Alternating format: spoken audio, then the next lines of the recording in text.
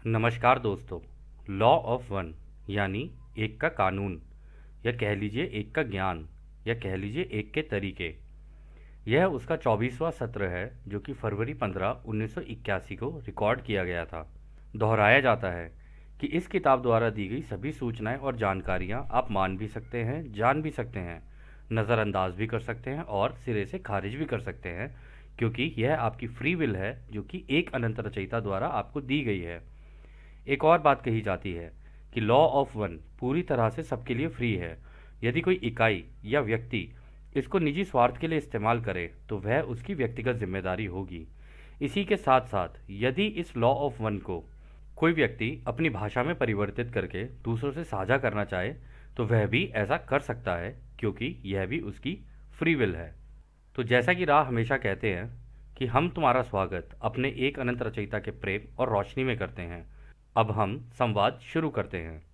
तो दोस्तों, इस सत्र में कार्ला की तबीयत ठीक नहीं थी।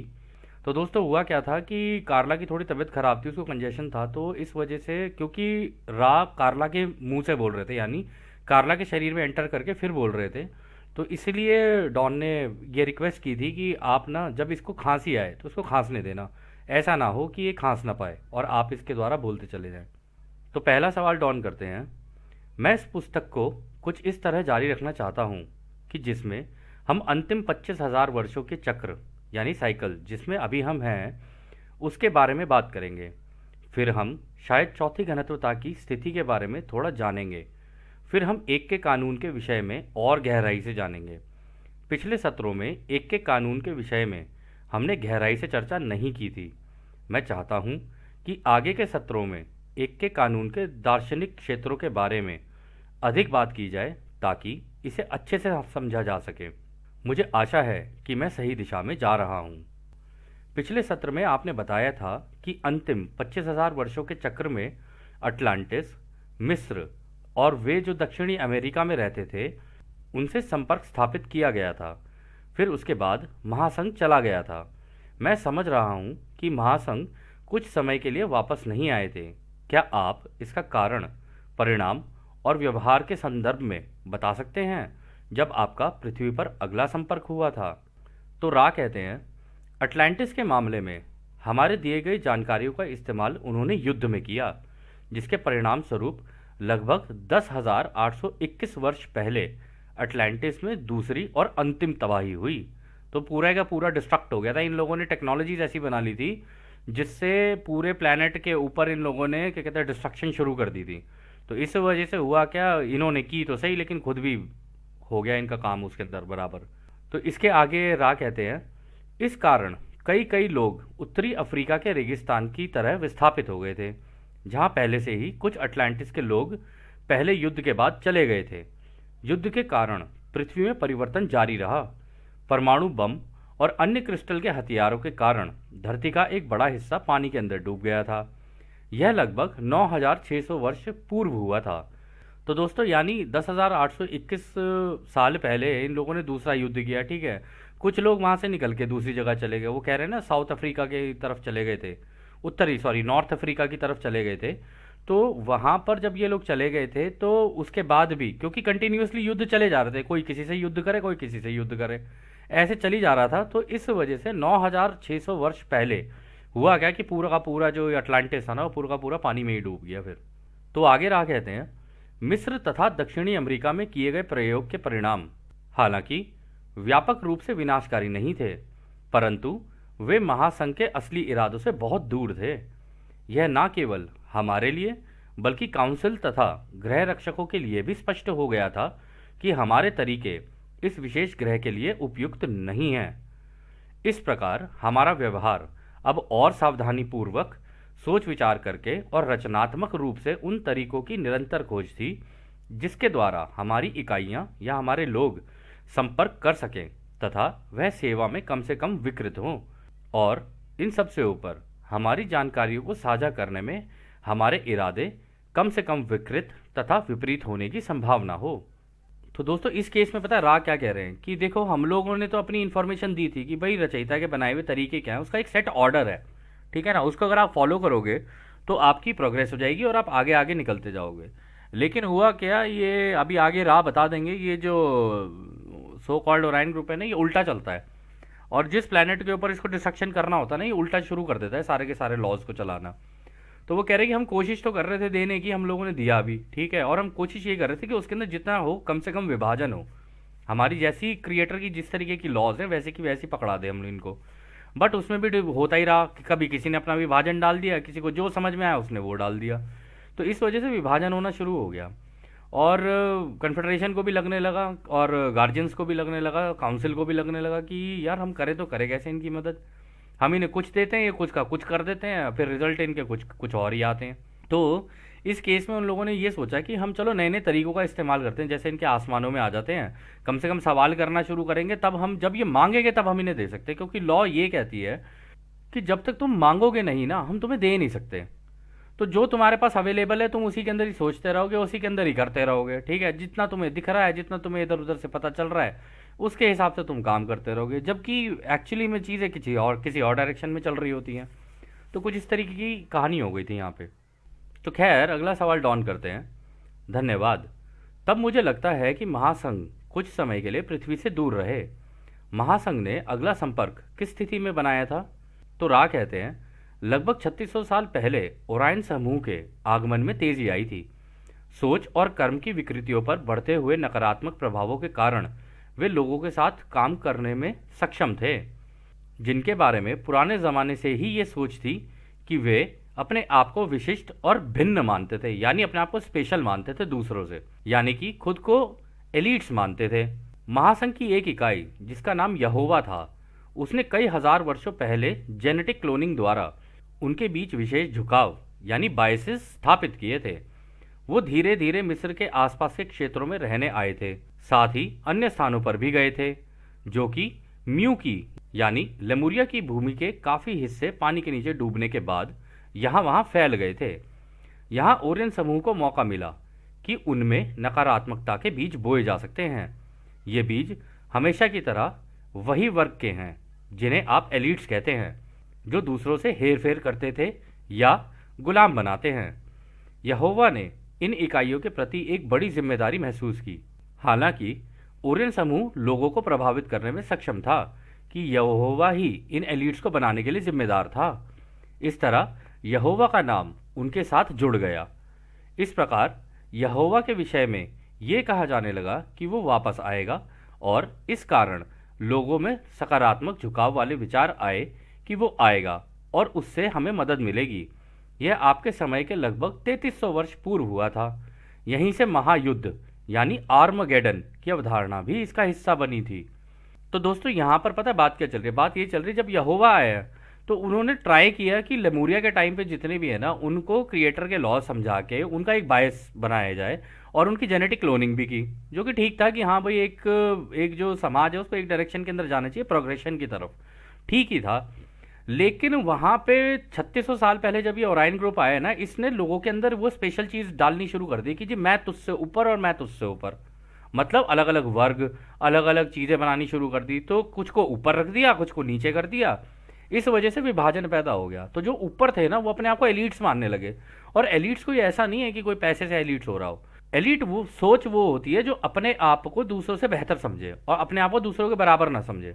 तो वो कह रहे हैं कि उसको जहाँ जहाँ पर ऐसा लगता गया है ना, जिन जिन होता है ना कुछ लोगों के अंदर कि यार मुझे बड़ी अटेंशन पसंद है, ये और वो, और मैं कुछ स्पेशल टाइप का हूँ और इस टाइप का हूँ, तो इस वजह से ऐसे लोगों को जब वो देखते हैं ना कि हाँ भाई इसकी सोच इस तरीके की है, ठीक है। आप लोग देख रहे होगे कि आज की डेट में लोग मतलब फ़ोन लेके कहीं सेल्फी खींच, कहीं ये खींच, कहीं वो खींच। वो सेल्फी वगैरह खींचने का भी जो मेन कारण होता है ना, हर व्यक्ति ये चाहता है कि भाई मैं स्पेशल हूँ, लोग मुझे जाने, ठीक है, मुझे लाइक्स मिले। तो ये जो सोच होती है ना, धीरे धीरे पता नहीं चलती है, लेकिन ये धीरे धीरे धीरे धीरे एंटर करती है। और अगर आप इसकी तरफ जाने लगे ना, और आपको हल्का सा भी इसके अंदर पॉपुलैरिटी मिलने लगी, तो आप अपने आप को दूसरों से बेहतर मानने लग जाओगे। और ये ही वो मतलब भूमि होती है, यही कह लो, यही वो ज़मीन होती है जिसमें ओरायन ग्रुप ऐसे लोगों को मैनिपुलेट कर सकता है किसी भी तरीके से। हम ये नहीं कह रहे हैं कि भाई सभी के साथ ऐसा होता है या सारे ही लोग गलत हैं, ऐसा कभी हो ही नहीं सकता कि सारे लोग गलत हो। जाने अनजाने में लोगों से होती है, लोगों को पता नहीं चलती हैं चीज़ें। और उसके बाद जब ये सारा कुछ चल रहा था तो युद्ध वुद्ध भी शुरू उस टाइम पर थे। वो कह रहे कि इससे पहले वो पानी के नीचे डूबने के बाद यहाँ वहाँ फैल गए थे, लेमुरिया वाला जो सीन हुआ था उसके बाद फिर वो इधर उधर फैल गए। फिर उन्होंने कहा कि उसको जहाँ जहाँ मिलते गए ना इस तरीके की सोच के लोग, उसने उनमें से निकाल निकाल के एलिट्स बनाने शुरू कर दिए। और जब उन्होंने बनाने शुरू किए तो वो दूसरों को गुलाम बनाना शुरू कर दिया। ठीक है ना। और ये जो एलिट्स होते हैं ना, अगर आप इनका नोटिस करोगे ना, पिरामिड को उल्टा दिखाते हैं। क्योंकि पिरामिड को उल्टा दिखाने का मतलब ये होता है कि हम विभाजन से शुरू करेंगे और तब एंड में जाके एकता की तरफ लेके आएंगे। ये हम लोग और अच्छा बेहतर समझेंगे आगे, अभी आप देखना। तो वो यही कह रहे हैं कि कहते हैं यहोवा ने कोशिश तो की थी इसको ठीक करने की, बट ऐसा हुआ नहीं। कह रहे कि और इन्होंने यहोवा का नाम भी जोड़ दिया। होता है ना कि जब कोई ऐसा बन के आ जाए तो उसको ना हीरो बना दो, तो जनता उसकी पूजा करने लग जाएगी। अरे वो तो तुम्हारी मदद करने के लिए आया था, तुमने उसको मतलब माला वाला चढ़ानी शुरू कर दी। तो इस तरीके का काम ये कर देता है ऐसा, कि ताकि लोग ना भटक जाए इस चीज़ से। और इसके 4 टूल है: लाई, डिनाई, डिसीव, डिस्ट्रैक्ट। मतलब झूठ बोलो और मना कर दो, नहीं नहीं जी ऐसा कुछ नहीं है। और डिस्ट्रैक्ट का मतलब होता है इनका ध्यान भटका देना। डिसीव का मतलब होता है धोखा देना। ये बहुत बड़ा धोखेबाज है और धोखे धोखे दे दे के फिर ऐसे करता रहेगा ये। इसका काम करने का तरीका कुछ ऐसा है। और इस वजह से हुआ क्या कि ये यहोवा वाला जो सीन हुआ ना, ये आर्मागेडन की बात हो रही है ना, ये होता है वो आखिरी युद्ध जो इन दोनों के बीच में हो जाता है। कि भाई वो सबके दिमाग में ये डाल दिया, भाई जब यहोवा आएगा तो युद्ध होगा तो वो हमें बचाएगा। तो जनता ने अपने एक्शन ही लेने बंद कर दिए। जनता ये सोचने लगी कि हमारा मसीहा आएगा, हमारा कोई अवतार आएगा। ठीक है, अब वो अवतार आएगा तो वो हमें बचाएगा। अवतार जबकि ये कलाकार खुद बन के आ जाता है लोगों के सामने। ठीक है ना। अभी आगे कई चीज़ें हैं। इसलिए हम आप लोगों को कह रहे हैं कि आप एक बार ज़रा स्टीवन ग्रे की डॉक्यूमेंट्रीज को देखेंगे ना, और उसको लॉ ऑफ वन से एक बार को कंपेयर करके देखेंगे, तो आपको काफ़ी चीज़ें क्लियर होंगी। तो खैर एनीवेज आगे का सवाल डाउन करते हैं। धन्यवाद। मेरा एक प्रश्न है कि 3600 वर्ष पहले ओरियन समूह ने कैसे प्रवेश किया था? क्या वह एक रैंडम विंडो इफेक्ट था? यानी कि क्या खिड़कियां अपने आप खुल गई थी, ये जो हमारी क्वारंटीन लगी है? तो राह कहते हैं उस समय सारे लोग सकारात्मक नहीं थे। कुछ लोग थे जो इस तरह की नकारात्मक जानकारियां चाहते थे। इस तरह की जानकारी के लिए बकायदा पुकार किया जाता है। जब यह पुकार मिश्रित हो जाती है तो इस घनत्वता में खिड़कियों की खुलने की घटनाओं में तेजी आ जाती है। इस मामले में क्वारंटीन की मजबूत ध्रुवीयता के कमी के कारण ध्यानपूर्वक पहरा देना आवश्यक नहीं समझा गया। इस प्रकार प्रवेश के लिए खिड़कियों का बहुत कमजोर होना आवश्यक था।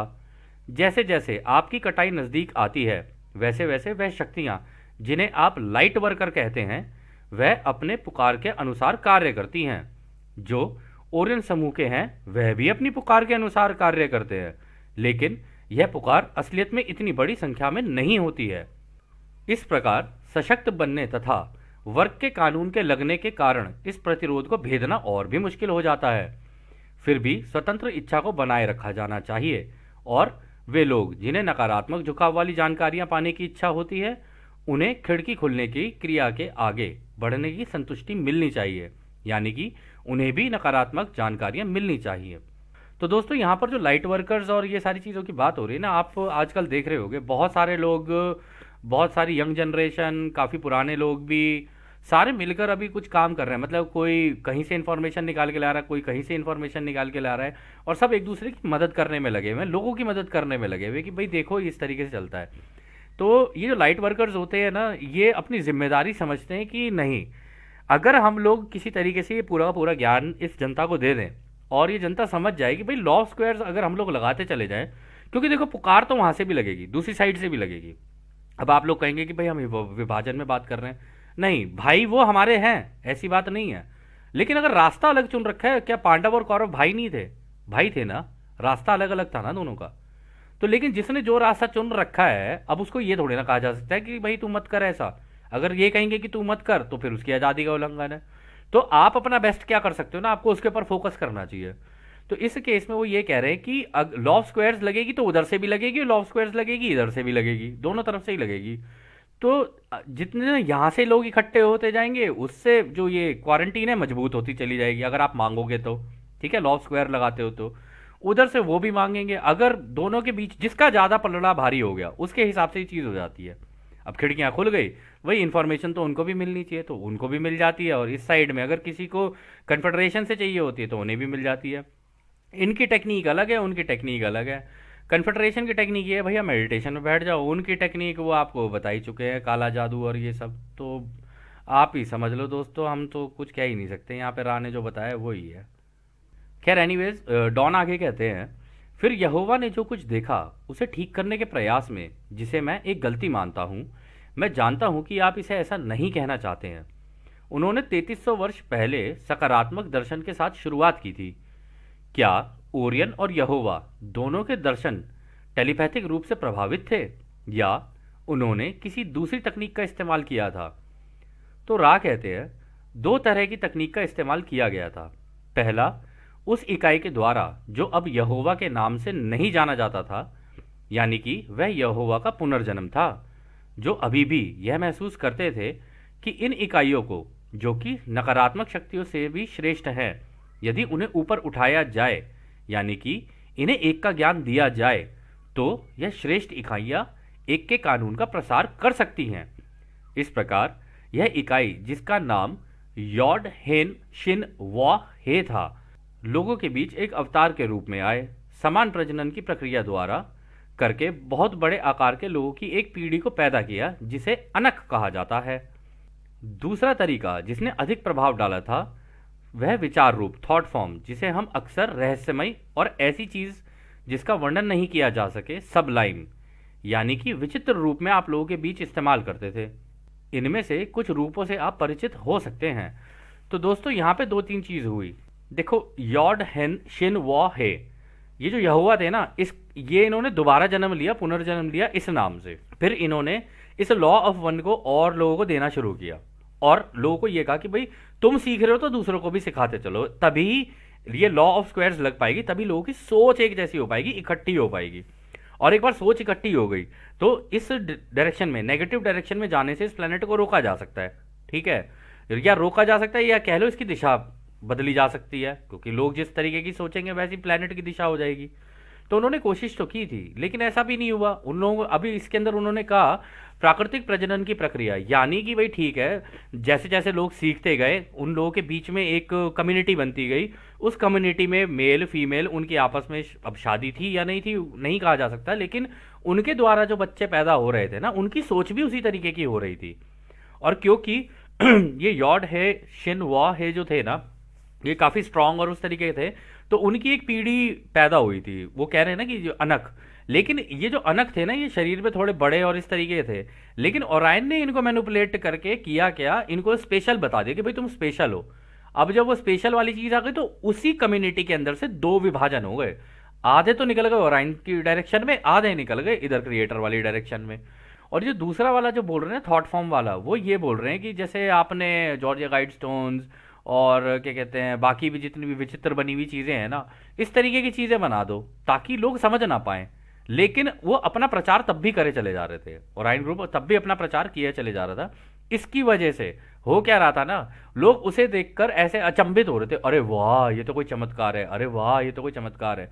और जनरली देखा गया है कि हल्का सा चमत्कार अगर किसी इंसान को कहीं दिख जाए ना, वो हाथ जोड़ के खड़ा हो जाता है वहां पे, उसके पीछे पीछे चल देता है। और इस वजह से वो अपनी आज़ादी का उल्लंघन खुद करके अपनी आज़ादी सामने वाले को दे देता है।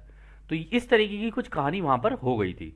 तो खैर अगला सवाल डॉन कहते हैं, क्या कार्ला को खांसने में मदद करने के बाद क्या आप उनमें से कुछ के बारे में बता सकते हैं? तो रा कहते हैं, इन जानकारियों को आप खोज सकते हैं, हालांकि संक्षेप में इनमें से कुछ के बारे में हम बता सकते हैं, जैसे wheel with in the wheel और शेरुबिम विद स्लीपलेस आईज। तो दोस्तों ये जो wheel with in a wheel है और ये शेरुबिम विद स्लीपलेस आईज है ना, आप इसको सर्च करके देख लेना और देख लेना ये क्या चीज़ है। हालांकि ये चीज़ भी ये दर्शाती है कि चमत्कार तो नहीं कह सकते इसको, लेकिन हाँ ये इस तरीके के जो वो होते हैं ना स्पिरिचुअल कॉन्सेप्ट्स होते हैं, उसी का पार्ट ही है ये। तो आप देख लेना, इसके बारे में थोड़ा पढ़ेंगे तो थोड़ा सा आप समझ पाएंगे। हम इसको ज़्यादा एक्सप्लेन यहाँ पर नहीं करेंगे।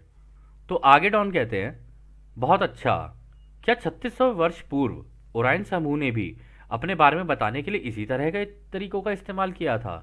तो रा कहते हैं, यह समूह या साम्राज्य ने उस समय आपके आसमानों में एक दूत भेजा था। तो डॉन कहते हैं, क्या आप उस दूत का वर्णन कर सकते हैं? तो रा कहते हैं, यह दूत काफी डरावना था, जो दिन में बादलों के पीछे छिपा रहता था। जो भी उसे देखता था उन लोगों के सवालों को मिटाने के लिए वह रचयिता के समरूप बनने की कोशिश करता था। यानी कि वह लोगों को यह यकीन दिलाने की कोशिश करता था कि वही रचयिता है।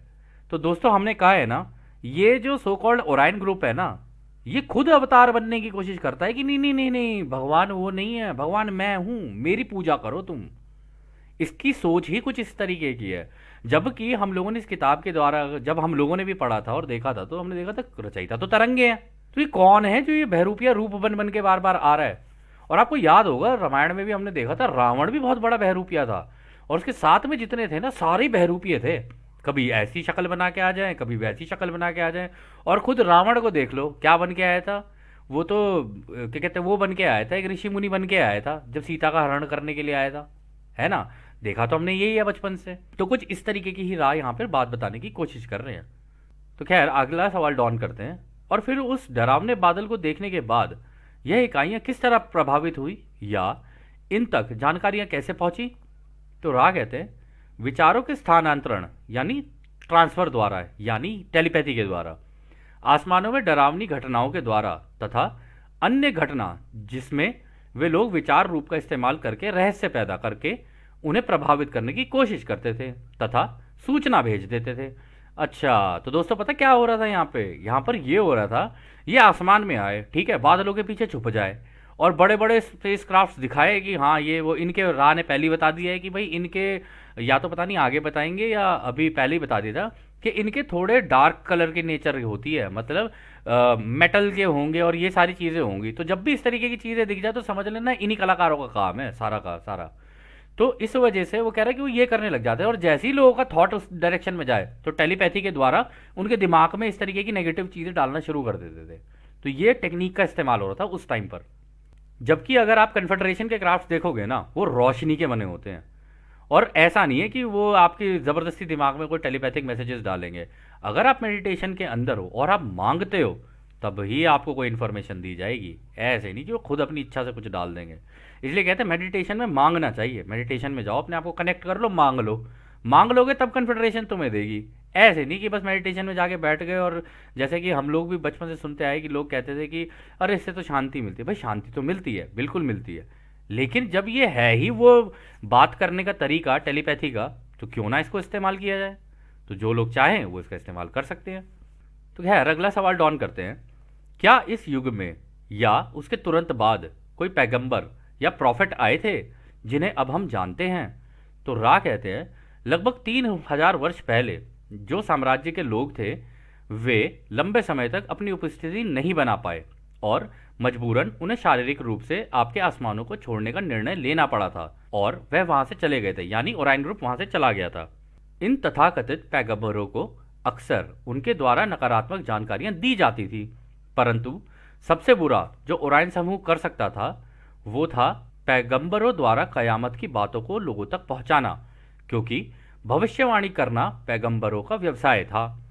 वह अपने लोगों से प्रेम करते थे तथा केवल लोगों की और रचयिता की सेवा करना चाहते थे। तो देखो दोस्तों, ये मैनिपुलेट करना चाहे ना तो ये जो दूसरे हैं ना उनको भी मैनिपुलेट कर देता है। तो ये जो थॉट्स है ना कि आगे भाई कयामत आ जाएगी, प्रलय आएगी, ये होगा वो होगा, हालांकि उस टाइम पर वो भविष्यवाणी इस तरीके से करना चाहते थे कि क्रिएटर की बातें बताना चाहते थे, अच्छी अच्छी बातें बताना चाहते थे ताकि थॉट्स अच्छे अच्छे रहे। लेकिन हुआ क्या, उन लोगों के द्वारा भी ये वाली इंफॉर्मेशन इंसर्ट कर दी गई। तो अब जब इंसर्ट होगी तो वो थॉट जो है वो मैनिफेस्ट करेगी, मतलब अपने अपने आप को रियलिटी में लाएगी।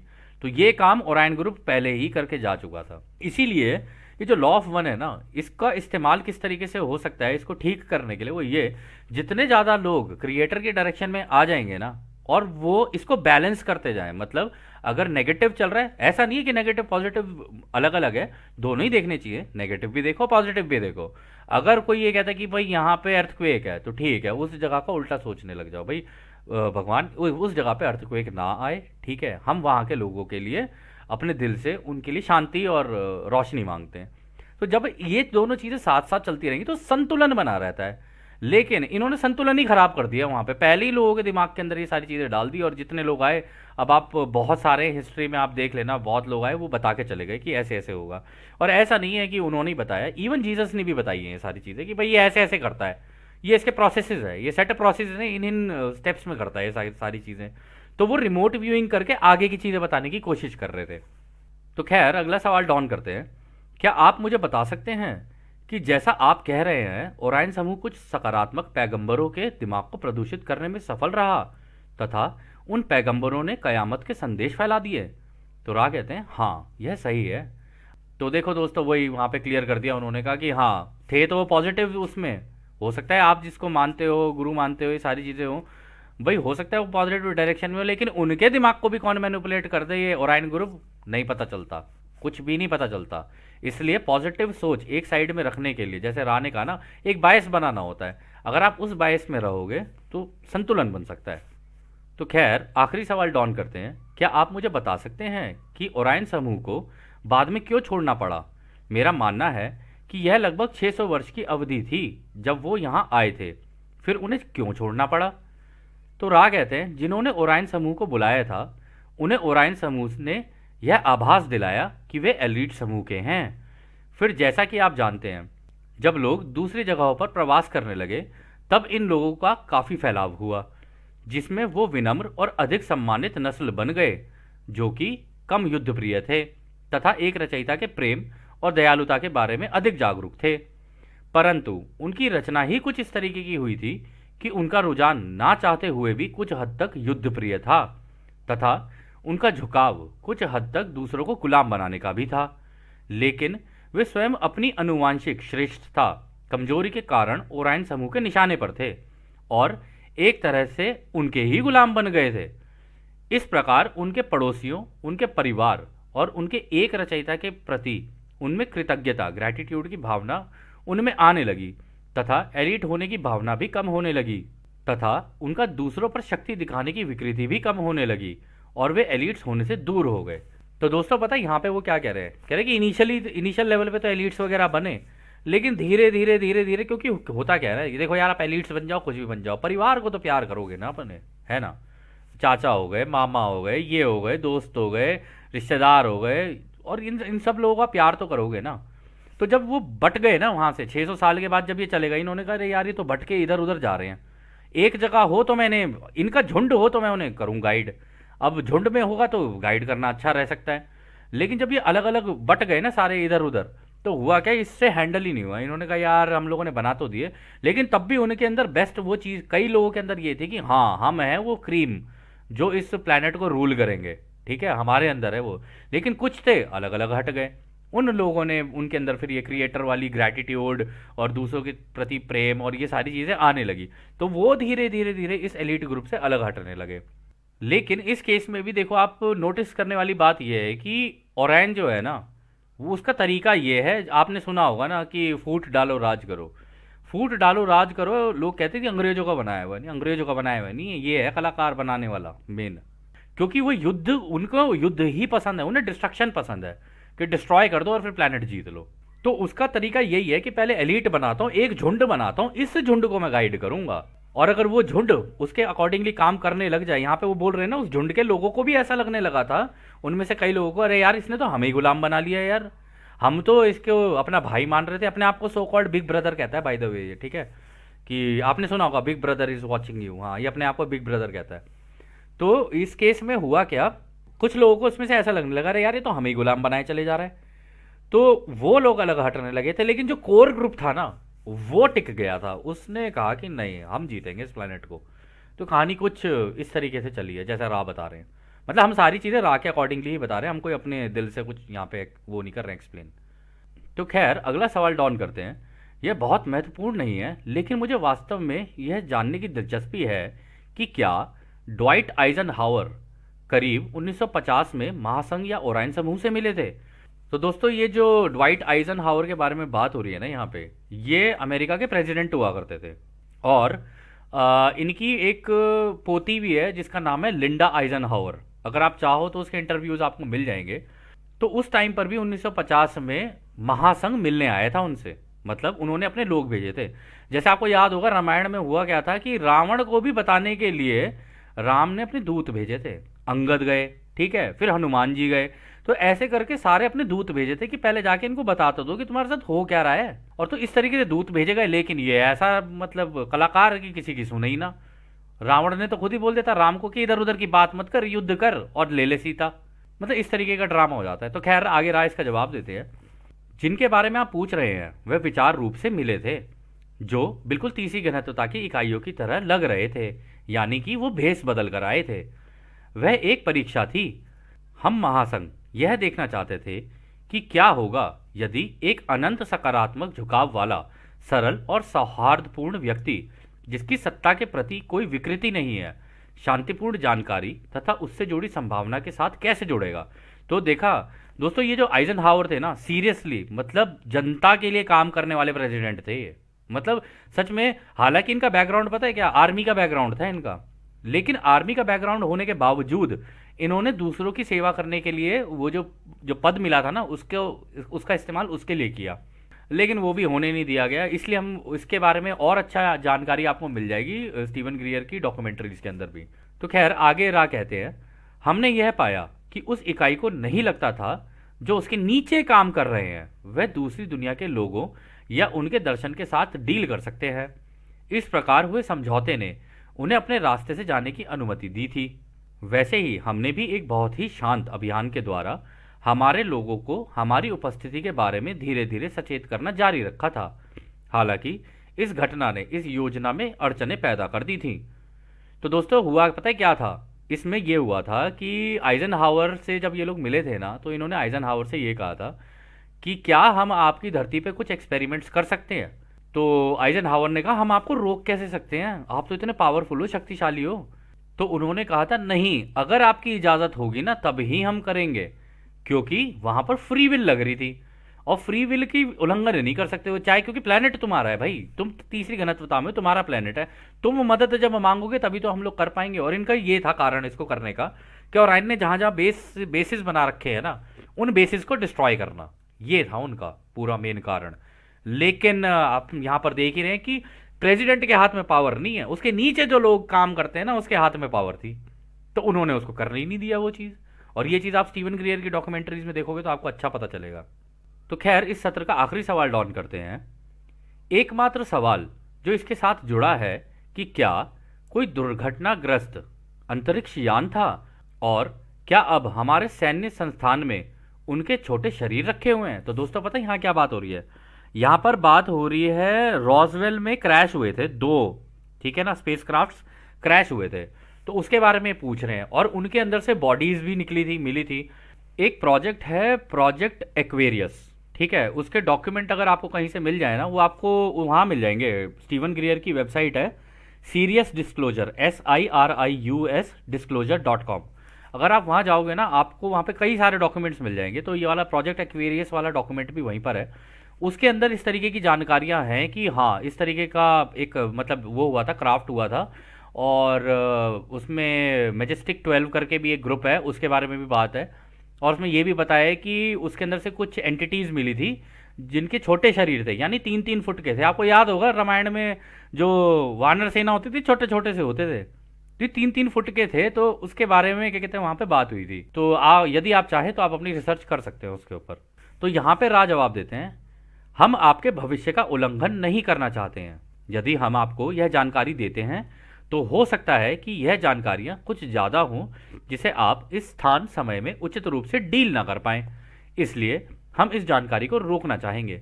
तो दोस्तों 1981 में तो ये जानकारी रुक गई थी, लेकिन अब उसके डॉक्यूमेंट, क्योंकि धरती के लोगों ने जब रिसर्च करनी शुरू की ना, तो वो डॉक्यूमेंट्स जब निकल निकल के आए तो उन डॉक्यूमेंट्स के अंदर ये सारी चीज़ें लिखी हुई थी। तो इस केस में धरती के लोगों का आज़ादी का उल्लंघन नहीं है, क्योंकि धरती के लोगों ने खुद रिसर्च करके इस चीज़ को निकाला है, ठीक है। तो यहाँ पे उन्होंने उस जमाने में नहीं बताया, लेकिन इन्फॉर्मेशन तो निकल ही आई, क्योंकि इसने पूछ ही लिया था, क्योंकि सबको डाउट था कि हाँ ऐसा कुछ हुआ है। और रॉसवेल का जो क्रैश हुआ था ना, ये इसके बारे में आपको और भी मतलब स्टीवन ग्रियर से अच्छा हम लोगों को तो कोई नहीं लगा था। आप और भी देख सकते हो, क्रिस कार्लसन भी है, उन्होंने भी बहुत अच्छा रिसर्च किया है इसके ऊपर।